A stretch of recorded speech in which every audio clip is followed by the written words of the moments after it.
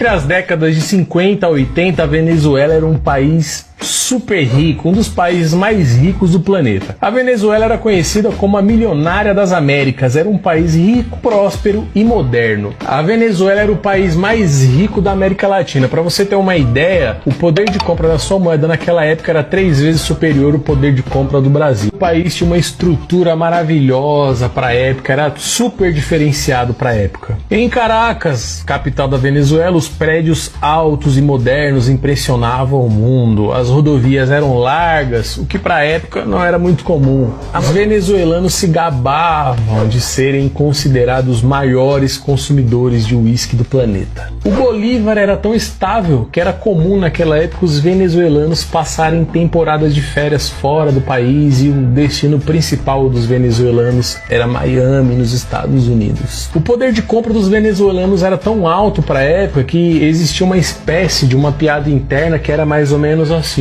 isso tá barato? Então me vê 2. O índice de desemprego no país era baixíssimo, o país crescia cerca de 5% ao ano.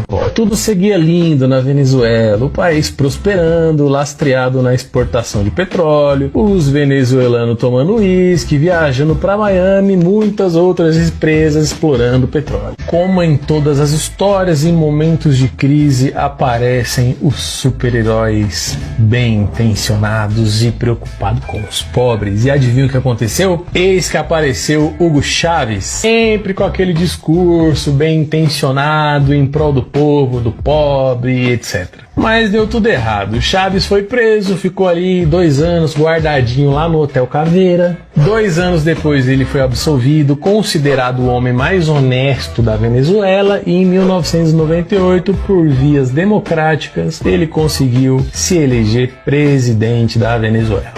Com 56% dos votos, ele foi eleito com o discurso paz e amor, amigão de todo mundo, em prol do pobre, enfim, você já conhece essa história aí. E no início do seu governo, Chávez passou a impressão de ser um cara bonzinho, as coisas começaram a dar certo. Inclusive, o país deu uma melhorada, deu uma boa melhorada no começo ali do seu governo. Chávez ganhou popularidade, estava em alta, começou a promover um monte de reforma na Constituição, foi mexendo aqui, foi mexendo ali, sempre visando se manter no poder. No ano de 2002, a população se dividia em 2 partes. Os extremistas, que apoiavam Chávez independente do que ele fizesse, ele era foda, e outra galera que era contra o Chávez. Chávez foi reeleito pela 3ª vez em 2006 e a galera ali já começava a se questionar se as urnas eletrônicas eram confiáveis. Foi reeleito pela 4ª vez consecutiva em 2012, porém ele nem conseguiu comparecer à cerimônia de posse porque ele estava muito doente, tratando de um câncer em Cuba. E ele acabou morrendo no ano seguinte, em 2013. E o vice-presidente de Hugo Chávez assumiu o poder.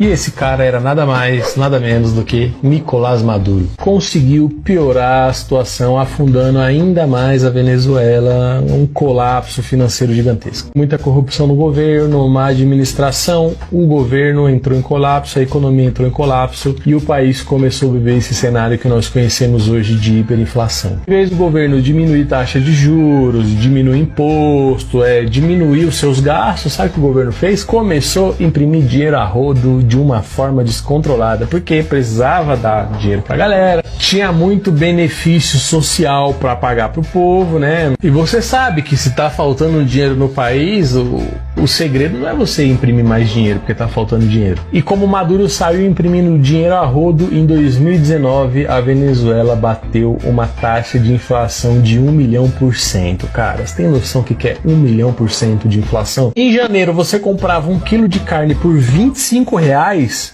12 meses depois, em dezembro, aquele mesmo quilo de carne estaria custando R$250 mil. E é óbvio que o salário não acompanhou esse crescimento, isso é óbvio.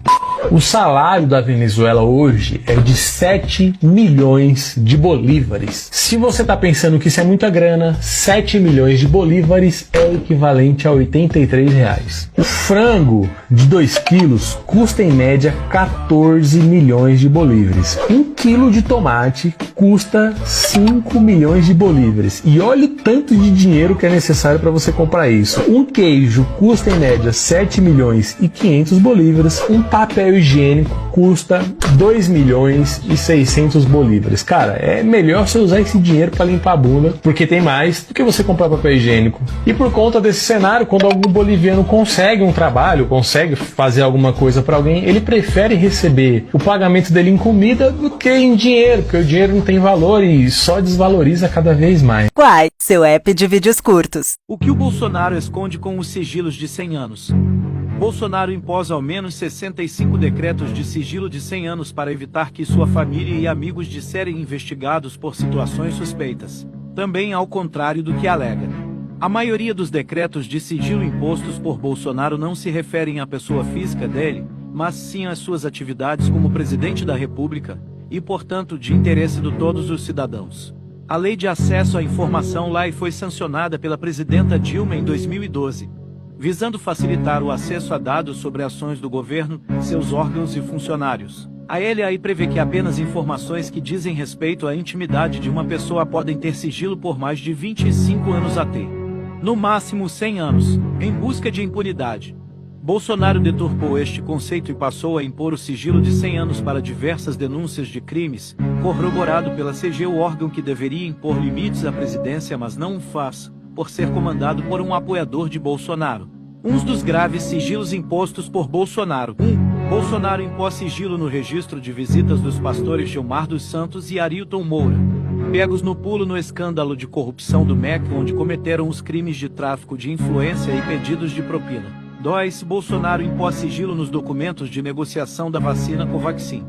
De acordo de 1,6 bilhão, durante a CPI foi denunciado que o governo brasileiro tentou superfaturar o valor da vacina e a comissão conseguiu derrubar o veto. 3. Bolsonaro impôs sigilo na Receita Federal quanto ao processo que acusa seu filho Flávio Bolsonaro, senador pelo PL-RJ, de rachadinha em seu gabinete na Alerj quando era deputado. O acesso aos processos estão restritos aos envolvidos e a agentes públicos. Quai, seu app de vídeos curtos.